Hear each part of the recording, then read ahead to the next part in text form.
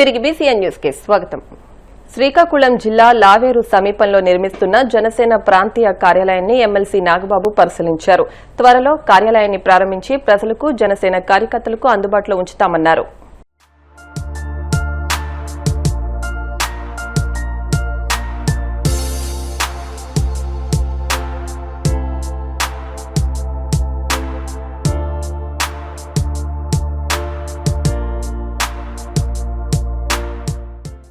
ముఖ్యమంత్రి చంద్రబాబు వడ్డెర సామాజిక వర్గాన్ని ఆదుకుంటూ తీసుకున్న నిర్ణయాన్ని స్వాగతిస్తున్నామని నూతన వడ్డెర సంక్షేమ సంఘం నాయకులు తెలిపారు.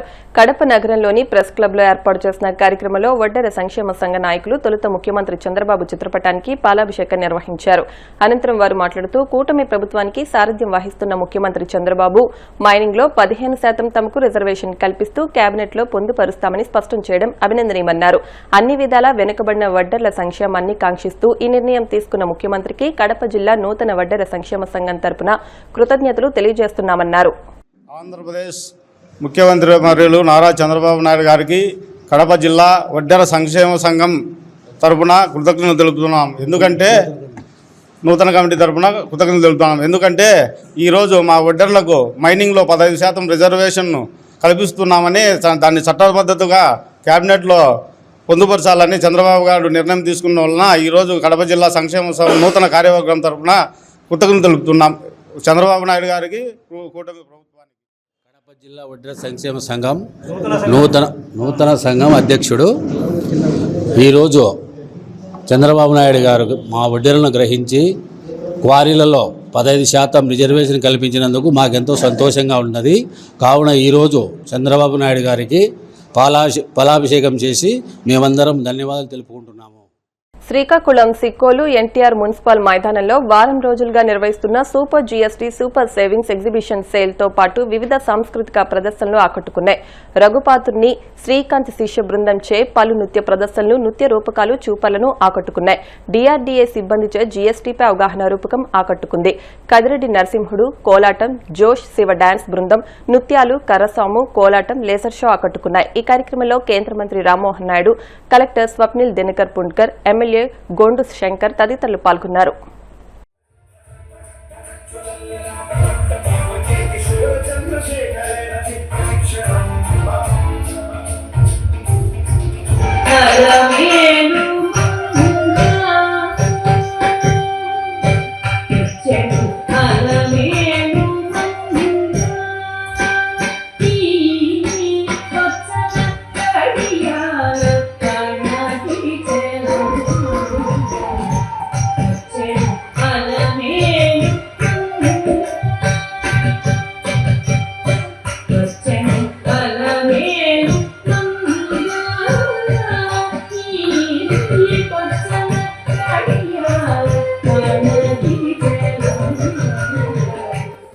ఆశల చిత్తానికే అలవోకరు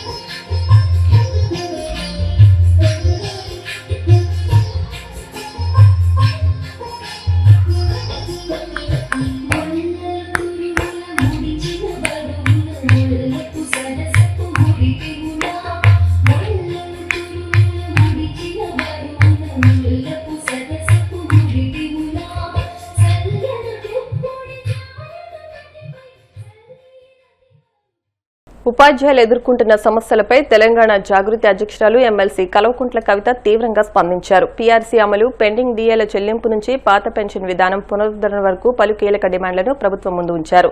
తెలంగాణ జాగృతి ఆధ్వర్యంలో కొత్తగా ఆవిర్భవించిన తెలంగాణ జాగృతి టీచర్స్ ఫెడరేషన్ ప్రారంభోత్సవం ఈ వ్యాఖ్యలకు వేదికైంది. బంజారాహిల్స్లోని జాగృతి కార్యాలయంలో పలువురు ఉపాధ్యాయులతో కలిసి కవిత ఈ కొత్త ఫెడరేషన్ లోగోను ఆవిష్కరించారు. ఈ సందర్భంగా ఆమె మాట్లాడుతూ ఉపాధ్యాయులకు తక్షణమే పీఆర్సీని అమలు చేయాలని, పెండింగ్లో ఉన్న 5 డీఎల్ను వెంటనే విడుదల చేయాలని డిమాండ్ చేశారు. టీచర్లకు ఇప్పటికీ హెల్త్ కార్డులు ఇవ్వకపోవడం దారుణమని ఆవేదన వ్యక్తం చేశారు. జాగృతి పెట్టినప్పటి నుంచి జాగృతి సంస్థను బలోపేతం చేయడంలో పెద్ద ఎత్తున ఉపాధ్యాయులే పాత్ర పోషించారు. చాలా సందర్భాల్లో చాలా జిల్లా అధ్యక్షులుగా, చాలా మండలాధ్యక్షులుగా, గ్రామ స్థాయిలో కూడా ఉపాధ్యాయులు పనిచేసి చాలా బలమైనటువంటి సెక్షన్ జాగృతి యొక్క భావజాలాన్ని, మన సంస్కృతి యొక్క ప్రత్యేకతని తీసుకొని వెళ్ళిండ్రు.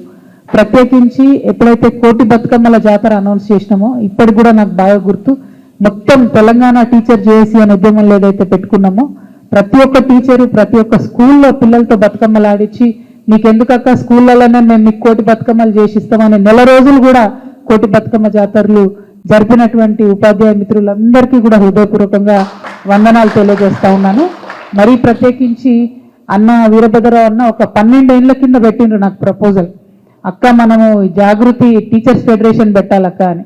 ఆనాడు అన్నకి చెప్పిన, అన్న ఈ సందర్భం కాదు అని అనుకుంటే మరి ఏ టైంలో అనుకున్నాడో కానీ ఈ సందర్భం వచ్చింది, విచిత్రమైన పరిస్థితి వచ్చింది.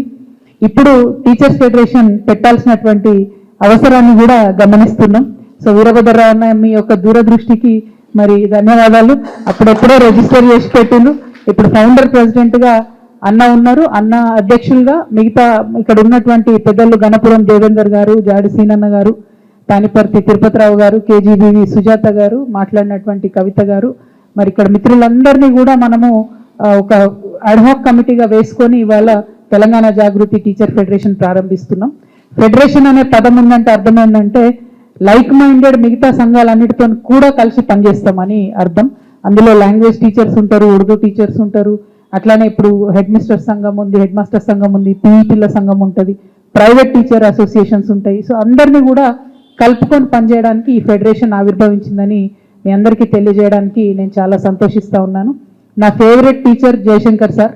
ఆయన మనకు మొత్తానికి తెలంగాణ అందరికీ టీచర్గా మారి తెలంగాణ ఉద్యమంలో జరిగినటువంటి అన్యాయాలన్నింటినీ కూడా ఆయన రాసిపెట్టి లెక్కబెట్టి మనందరికీ నేర్పి మనందరినీ ఉద్యమంలో ముందుండేలాగా చేసిండ్రు. మరి ఆయన స్ఫూర్తితోని ముందుకొచ్చినటువంటి టీచర్లందరూ కూడా నిజంగా పేగులు దిగేదాకా కొట్లాడిండ్రు, పిల్లలకు అర్థమయ్యేలాగా పాఠాలు చెప్పిండ్రు. ఆనాడు ఆంధ్ర నిర్బంధంలో కూడా మన మ్యాప్ మనకు సపరేట్గా బోర్డుల మీద వేసినటువంటి టీచర్లు ఉన్నారు, జయ జయ హే తెలంగాణ పాటలు పాడించినటువంటి టీచర్లు ఉన్నారు, తెలంగాణ పేరు మీద క్విజులు పెట్టి పిల్లల్లో తెలంగాణ భావజాల వ్యాప్తి కోసం కృషి చేసినటువంటి టీచర్లు ఉన్నారు. ఒకటి కాదు, రెండు కాదు, అనేకమైనటువంటి విధాలుగా తెలంగాణ భావజాలాన్ని వ్యాప్తి చేయడంలో టీచర్ల పాత్ర మరవలేందని మళ్ళొకసారి నేను తెలియజేస్తూ, మరి ఇవాళ అంత గొప్పగా మన రాష్ట్రాన్ని సాధించడంలో భూమిక పోషించినటువంటి ఉపాధ్యాయుల యొక్క సంక్షేమాన్ని, వారి యొక్క గౌరవాన్ని, వారి యొక్క హక్కుల్ని పరిరక్షించాల్సినటువంటి బాధ్యత ఒక సమాజంగా మనందరి మీద కూడా ఉంటుంది. వార్తలు ముగించే ముందు ముఖ్యాంశాలు మరొకసారి. రాష్ట్రంలోని అన్ని మున్సిపాలిటీల్లో రాబోయే 2 ఏళ్లలో ప్రతి ఇంటికి కుళాయి నీరు అందిస్తాం. పురపాలక శాఖ మంత్రి పొంగూరు నారాయణ స్పష్టీకరణ. రైతుల నుంచి ధాన్యం కొనుగోలు చేసిన 48 గంటల్లో సొమ్ము జమ చేసేందుకు ఏర్పాట్లు చేస్తున్నాం. పౌర సరఫరాల శాఖ మంత్రి నాదెండ్ల మనోహర్ వెల్లడి. తాడేపల్లి వైసీపీ కేంద్ర కార్యాలయంలో ఘనంగా భగవాన్ ధన్వంతరి జయంతి. సమాజానికి ధన్వంతరి అందించిన ఔషధ సేవలను స్మరించుకున్న పార్టీ నేతలు.